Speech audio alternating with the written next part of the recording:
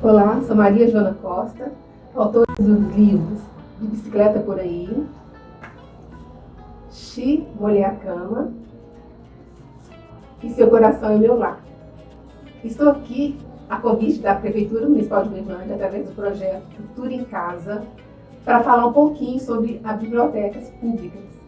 Dia 9 de abril é o Dia Nacional da Biblioteca. E esse vídeo homenagem, vou falar um pouquinho como é que a biblioteca sempre fez parte da minha vida em vários momentos. Eu não me lembro se na primeira escola que eu estudei, que era uma escola pública, se lá tinha uma biblioteca.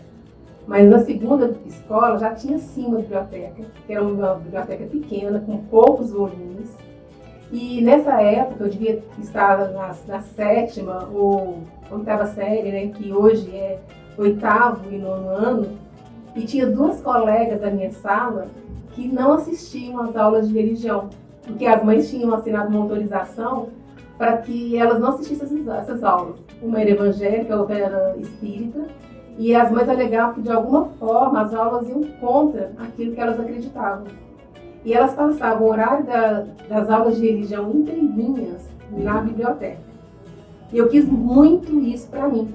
Não era assim para fugir da aula de religião, nada disso, era para estar na biblioteca, aqueles 50 minutinhos. Aí eu procurei a diretora e falei para ela que eu também não ia assistir às aulas de religião porque minha mãe não deixava.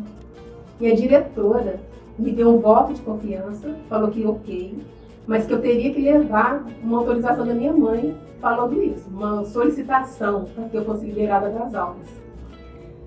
Bom, eu consegui ficar por um tempo na biblioteca, porque é claro que minha mãe, que era católica e fervorosa, ela não via motivo nenhum para eu não assistir às aulas de religião.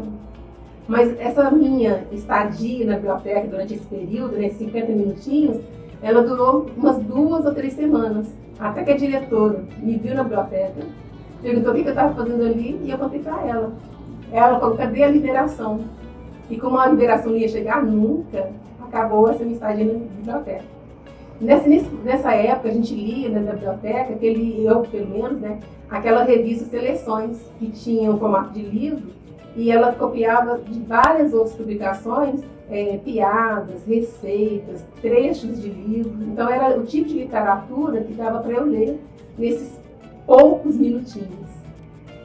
Depois disso, quando eu já estava no magistério, no ensino médio foi magistério noturno, eu descobri que a biblioteca municipal, né, que é a Juscelino Kubitschek, que em 2020 fez 80 anos já, que ela ficava assim, alguns quarteirões da minha escola, que também era uma escola pública.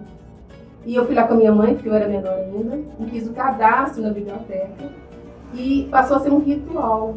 De 15 em 15 dias, eu ia na biblioteca, antes das minhas aulas, para poder pegar emprestado livros. Então, assim, era um sonho isso tudo.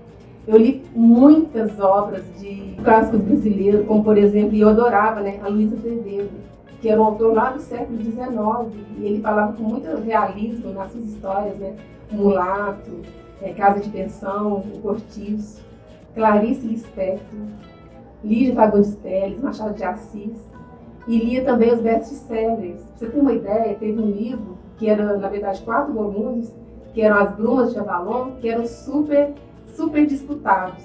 Aí a gente tinha que ficar numa lista de espera para poder conseguir ler esses volumes. E eu consegui. Às vezes demorava assim, meses para você conseguir o primeiro volume, por exemplo. Outros livros que eram muito disputados eram os livros que se pedia para ler no vestibular. Então, de novo, você tinha que ficar numa lista de espera para conseguir ler esses livros. A biblioteca pública também, ela foi muito importante para mim quando eu fui prestar vestibular. Porque como eu não fiz cursinho, era na biblioteca que eu ia estudar. Lá tinha aquelas salinhas reservadas só para isso. E a gente ficava ali, num lugar silencioso, onde podia me concentrar. E eu ficava lendo apostilas que eu peguei emprestada e usando os livros de literatura que a biblioteca emprestava.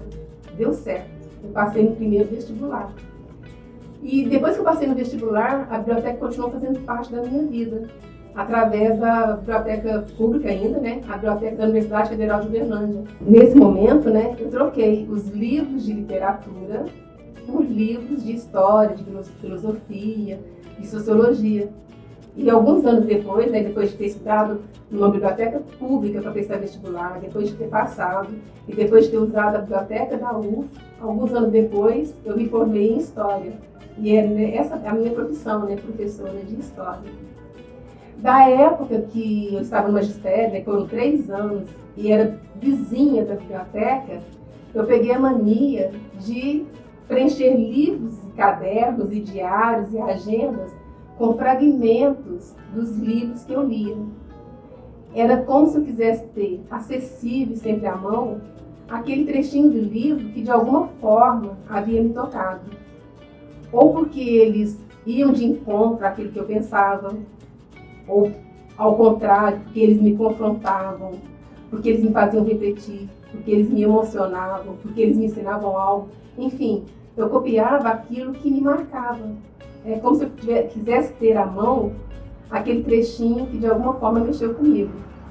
E eu fui enchendo cadernos e agendas, e mais cadernos e agendas com esses fragmentos. Olha só, quantos cadernos e agendas lotados com esse material. Esse aqui, por exemplo, ele é uma mistura, né, de agenda com esse espaço de anotações de livros que marcaram a minha vida. E está lotado, lotado, lotado. São mais de 17 anos de anotações. Aqui, por exemplo, tem um poema muito bonito de um autor chamado Oden, chamado Funeral Blue. É um poema muito triste, mas é aquele poema que, apesar de triste, ele é maravilhoso, ele é muito bonito. Eu vou ler um trechinho para vocês. Parem os relógios, cortem o telefone, impeçam o cão de latir. Silenciem os pianos e com um toque de tambor tragam o caixão. Venham os pranteadores, voem em círculo os aviões, escrevendo no céu a mensagem: ele está morto. Põe um laço nos pescoços brancos das pombas. Usem os policiais luvas pretas de algodão. Ele era meu norte, meu sul, meu leste e oeste. Minha semana de trabalho e meu domingo. Meu meio-dia, minha meia-noite. Minha conversa, minha canção. Pensei que o amor fosse eterno. Enganei-me. As estrelas são indesejadas agora. Dispensem todas. Embrulhem a lua e desmatelem o sol. Despejem o oceano e varram o bosque, pois nada agora pode servir. Funeral Blue, Oden. Tem, por exemplo, esses cadernos aqui, ó, que eles vieram de projetos das escolas públicas, projeto de reciclagem, eu ganhei na escola, e eles também estão cheios desses fragmentos. Às vezes, quando o fragmento é bem grande, eu tiro cópia e já colo direto no caderno. Tá cheio de preciosidade aqui. Vamos ver alguma coisa que tem aqui. E então, jantei depressa para correr à casa de Vigília. Vigília era o presente. Eu queria refugiar-me nele, para escapar das opressões do passado. Porque o encontro do Quincas Borba tornara-me aos olhos o passado. Não o qual deveras fora, mas um passado corpo, abjeto, mendigo, gatuno. Machado de Assis e Memórias Póstumas de Brás Cubas. Ninguém é muita areia para ninguém. Pessoas aparentemente especiais se apaixonam por outras aparentemente banais. E isso não é um trote, não é uma pegadinha, não é nada além do que é. Um inesperado presente da vida, que todos nós merecemos. Marta Medeiros. Aqui a gente tem uma agenda, e nessa agenda aqui, ela tem, por exemplo, a lista dos livros que eu li em determinado ano.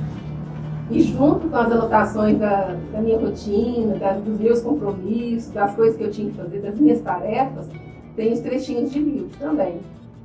E tem esse aqui que é bem apropriado para o momento. Vai passar.